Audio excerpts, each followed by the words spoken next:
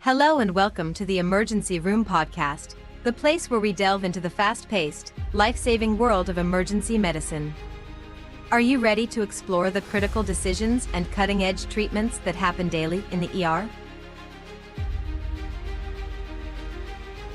Welcome back. Before the break, we were discussing the different treatments available for PE, from anticoagulants to those more advanced therapies for critically ill patients. Yeah, it's amazing how far we've come in terms of treatment options.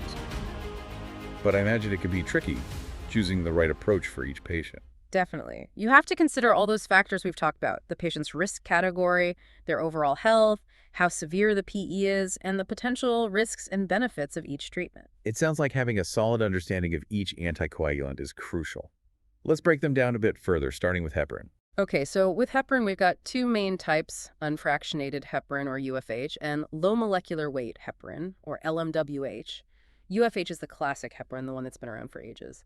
It's a naturally occurring mix of heparin molecules, and we give it intravenously. So UFH is our go-to when we need to start anticoagulation quickly. Exactly. And we monitor its activity closely with a blood test called the APTT, or Activated Partial Thromboplastin Time. This helps us make sure we're giving the right dose, enough to prevent clots, but not so much that it causes bleeding. So it's a bit of a balancing act, adjusting the dose based on the APTT results. It is. But with experience and careful monitoring, we can use UFH safely and effectively to manage those critical early stages of PE. Now, LNWH is a little different. It's a modified form of heparin that has a more predictable effect and a longer half-life. So with LMWH, we can give it by injection once or twice a day, and it's less likely to cause those big swings in clotting time that we sometimes see with UFH. Exactly. That makes it more convenient for patients and gives us a bit more peace of mind about consistent anticoagulation. There are a few different types of LMWH out there: enoxaparin, dalteparin, tinzaparin, but they all work in a similar way. So both heparin and LMWH play key roles in that initial PE management. But for longer-term anticoagulation, we often switch to oral medications, right? You got it. And the big name in oral anticoagulation for PE has been warfarin. It's been a mainstay for years, but it does have some challenges. Warfarin is the one that needs those regular blood tests to monitor the INR, right? Yep. Warfarin works by interfering with the production of certain clotting factors in the liver, but it takes a while to reach its full effect. And because its effectiveness can be affected by diet and other medications, we have to check the INR often to make sure the clotting time is within a safe and therapeutic range. So it's a bit more work than some of the other options. It is. And for patients, those regular blood draws can be a hassle. That's one of the reasons why DOACs have become so popular. They're more convenient without compromising on effectiveness or safety. Okay, let's talk more about the DOACs. You mentioned there are several different ones. How do we pick the right DOAC for a patient? Each DOAC is a little different in terms of its metabolism, excretion, and potential drug interactions. We consider those things along with the patient's medical history, current medications, kidney function, and other individual needs to make the best choice. So it's personalized medicine, finding the best fit for each patient. Exactly. And while DOACs are generally very safe and effective, there are certain situations where we might be more cautious. What kind of situations? For instance, like we talked about earlier, patients with severe kidney problems might not be good candidates for DOACs. And we also have to watch out for potential bleeding risks, especially in patients with certain types of cancer or those taking other meds that can increase bleeding risk. It sounds like deciding on the right anticoagulation for PE isn't always simple. You're right.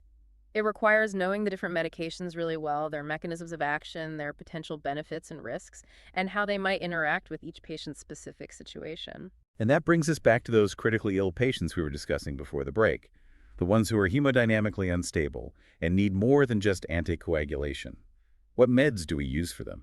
Besides anticoagulants, these patients often need meds to support their blood pressure and improve how well their heart is pumping. We can think of these medications as vasopressors and inotropes. Let's start with vasopressors. What are they and how do they help? Vasopressors are medications that make blood vessels constrict, which raises blood pressure. In a patient with a PE, the blocked pulmonary arteries put a huge strain on the heart, and that can cause the blood pressure to drop. Vasopressors help counteract that drop and make sure blood keeps flowing to the vital organs. So they're helping to keep the circulatory system working even with the blockage. Exactly. And we've got a few different vasopressors, each with its own pros and cons. Norepinephrine, also called noradrenaline, is often our first choice. It's a powerful vasopressor that acts fast to raise blood pressure. Norepinephrine, I've heard that name, but I'm not really sure how it works. It stimulates receptors in the blood vessels called alpha-adrenergic receptors. This stimulation makes the blood vessels constrict, raising blood pressure. Norepinephrine also has some effect on beta-adrenergic receptors, which can increase heart rate and the force of the heart's contractions. So it's a multitasker, tackling both low blood pressure and weak heart function. That's right. But like all strong medications, it can have side effects. We need to watch out for things like arrhythmias, decreased blood flow to organs, and tissue damage if the dose is too high or we use it for too long. So careful monitoring is key. Absolutely. Now, another vasopressor we often use in PE is epinephrine, also known as adrenaline. It's similar to norepinephrine in how it affects blood pressure and heart function, but it tends to have a stronger effect on heart rate. Epinephrine, that's the one they use in emergencies like allergic reactions and cardiac arrest. That's the one. And its powerful effects make it valuable for managing hemodynamically unstable PE too. We might choose epinephrine over norepinephrine if the patient's heart rate is very low on top of low blood pressure, or if norepinephrine alone isn't enough. So it's a more aggressive option. You could say that. And then we have vasopressin, which is a naturally occurring hormone that also constricts blood vessels. Vasopressin, isn't that involved in regulating water balance? It is, but it also helps regulate blood pressure. We often use vasopressin along with other vasopressors in PE. It can help lower the doses of the other vasopressors, which can reduce side effects. That's like a team player. That's a good way to think about it. Now let's switch gears and talk about inotropes. Okay, remind me, what are inotropes and how do they fit into PE treatment? Inotropes are medications that increase the force of the heart's contractions. In a patient with a PE, the right side of the heart, which pumps blood to the lungs, is under a lot of stress because it's trying to push blood through those blocked arteries. So inotropes help strengthen the heart muscle so it can pump better despite the resistance from the clot. Exactly. One of the most common inotropes in PE is dobutamine. It acts on those beta-adrenergic receptors in the heart, increasing the force of contraction and improving cardiac output. Dobutamine. It sounds like it gives the heart an energy boost. Good analogy. Dobutamine can be really helpful in stabilizing patients with hemodynamically unstable PE. So when would we choose dobutamine over those vasopressors? Choosing between vasopressors and inotropes, or using both, really depends on the patient's individual hemodynamic profile. If the main problem is low blood pressure, we might focus more on vasopressors. If the main issue is weak heart function, we might prioritize inotropes. And a lot of times we use both to tackle both problems at the same time.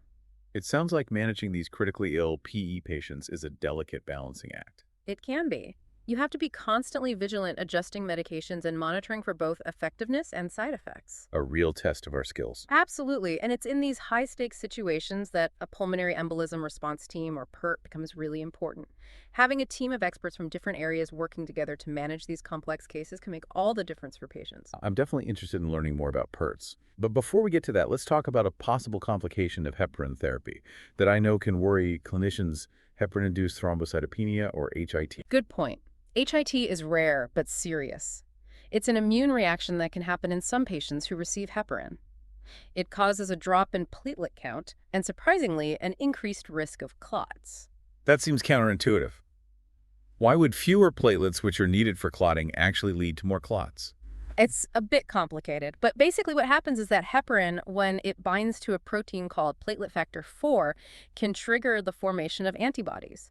These antibodies activate platelets, making them clump together and form clots while also destroying them. So the body is attacking its own platelets. That's a good way to think about it, and this can be really dangerous, especially for patients already at risk of clotting because of a PE. How do we recognize HIT, and what do we do if we think a patient has it? The main sign of HIT is a significant drop in platelet count, usually 5 to 10 days after starting heparin. But remember, the platelet count might not always drop dramatically. We might also see signs of new or worsening clots. If we suspect HIT, we immediately stop all heparin and do blood tests to confirm the diagnosis. And if HIT is confirmed, we switch to a non-heparin anticoagulant. There are a few options that work well without triggering that immune reaction that causes HIT. So it's serious, but with quick recognition and management, we can prevent those bad outcomes. You got it. And it shows how important it is to be vigilant, monitor our patients closely, and know when to ask for help. Well, this deep dive into PE treatment has been incredibly eye-opening. We've covered so much, from the ins and outs of anticoagulants to the impact of PERTs. It's clear that PE is complex, but we're making progress in improving outcomes for our patients. I agree. And I think the main takeaway is that we can't let up. We have to stay informed about the latest advances in diagnosis and treatment, be vigilant about recognizing and managing complications, and work together using approaches like PERTs to make sure our patients get the best possible care. Well said. And to all of you out there on the front lines, thank you for everything you do.